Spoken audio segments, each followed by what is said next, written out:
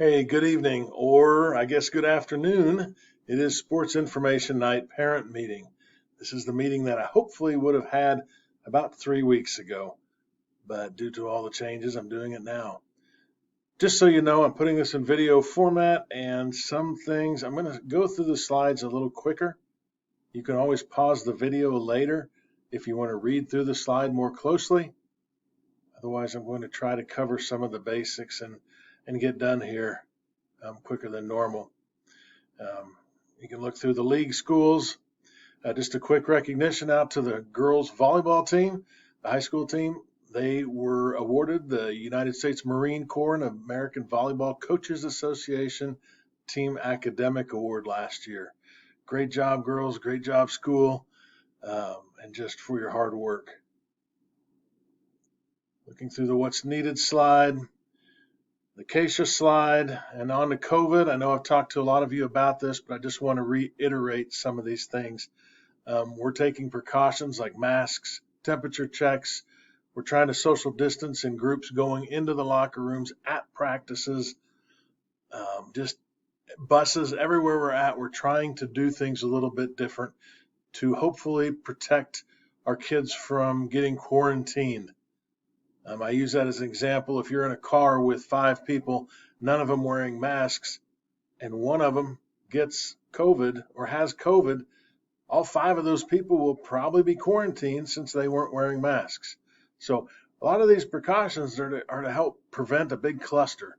So our kids are expected to wear masks at all times besides when they are actually participating in the activity. We're doing temperature checks daily. Right now, it's before practice. When school starts, it will be as they come into school. We will also do it when they get on the bus before leaving for an away activity. We're trying to social distance, like I said, and on the bus, they're going to be wearing masks on the buses to and from the event. We'll let them get drinks of water while on the bus, but we do not want them eating any food while on the bus. They can take their food along to eat when we get there, but we don't want them eating while on the bus. Keep your kids home. If they're sick, please keep them home. We're trying to do our part to keep everything going. I mean, it's not going to take long for little things to happen, and all of a sudden games are going to be canceled. So let's do our part to let our kids get to play this season. Fan restrictions. This is going to be the big one when it comes to, oh man, I can't go watch a game. Our league has some guidelines, and that's actually on the next slide or two, and I'll let you read through that. But fans will be limited at most events. Sometimes it may not seem like it, but we are going to have restrictions, especially on indoor events. There's some rules in our league that we're trying to follow, and they might be more stringent at each place, but these will be minimums. Everybody going into a gym inside will have to wear a mask, except for the girls playing at that time. Outdoors, you'll be expected to wear a mask coming to the event. And when you find a place where you're distancing yourself in a family unit, you can take your mask off. But when you go to a restroom or concessions, or when you're around a group, we want you to put the mask back on. At games, we're also expecting you to sit with your families. So if you've got kids 8th grade and younger, they need to be sitting with you, not be running around. We're not going to be playing the football games on the grass this year, and so forth. Back to the fan restrictions a little bit. The numbers, it could be as low as 2 fans per participant. That's probably going to be the low number. I expect it to be a little higher. It'll be higher on outdoor events, and we're going to, like next week at Nickerson, it will be 200 fans. And I will be talking to the football coaches about how we're going to do that. And this Saturday at Smoky Valley, it will be 2 parents or 2 people per participant. So everything's going to be different. And just really be watching the webpage, Facebook, and paying attention to what your kids are bringing home. Some of the game changes, the biggest thing you're going to notice is volleyball tournaments will no longer have 8 teams in it. We're going to be condensing tournaments down to quads. So you'll see 4 teams playing a quad in the morning, maybe 4 in the afternoon, or maybe 4 at one site and 4 at another site. Tennis, cross country, and football, the biggest changes are going to be maybe some of the start finishes, how the players handle like the tennis balls and nets and scores. But as far as the events, they'll pretty much run the same. Game schedules, be prepared for changes weekly. It's going to be, it might be at the last minute too, so just be prepared for that. This is the Central Kansas League fall COVID guidelines that were voted on last week by the principals. I'll let you read through that if you want to pause it right now and go through that. But this is talking about some of the things that will be minimum requirements at each place. A couple things you'll see on here though is fans are not going to be allowed on the field or court after the events. So you'll probably see the players doing some kind of sportsmanship acknowledgement at the end of the game, and then they're instructed to leave. So that's going to be a big difference. That's a lot of times a fun part, and I really enjoy that. But this year, that's not going to be. I want the kids to be able to play. Live streaming, hopefully all of our varsity events at least will be live streamed, whether from our side when we're at home or when we're at away places. They will have some kind of live streaming that we can attach to or look at. Some of them might cost, but still probably might be cheaper than a ticket. Communication, we'll be sending out things with ThrillShare. If you get a text 98901, that is from the school. Could be a classroom thing, could be a school, could be sport, could be activity. So pay attention to those texts. Facebook page or Twitter page. That Hillsboro Trojans is the sports one that I try to update scores on. The other one is more probably related to the school side of things. If there's something you'd like to see on there, you can sure email me and suggest it. I am limited a little bit too, so if I can't do it, it may not happen. But I sure don't mind the suggestions either. Social media, as you know, some coaches use that for communicating, and that's fine. My big thing here is please don't be the parents that are on social media being negative. If you haven't been watching the news, if you haven't been paying attention to everything, it seems like everything around us is negative. They're wrong, they're wrong, they're wrong. Nobody's right, and everybody's arguing. You can do a part of that by not contributing to the negative side of social media. Please don't make that your form for not liking how a coach is doing something or a teacher or something. Don't make that your forum, please. Find a friend to talk to. I mean, if you have to, but don't put that out there. Keep things positive. These kids need positive. We need positive as much as possible. And just try that. Website. There's an app that is just like our website. It's called Aptogy, and it's Hillsboro USD 410. Go to our calendar, our online calendar for current events. That is what I update when things change.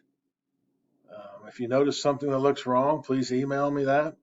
Has our schedules on it, forms, handbooks. We have a trainer coming once a week. I think it'll probably end up being Mondays. We have insurance coverage that you can buy down. It's actually not our insurance, but it's from K&K. Look into that or ask somebody that's had a kid in the school system for a while. They might have done it. Email me too, and I can explain it a little bit more. But it's a pretty good deal, I think.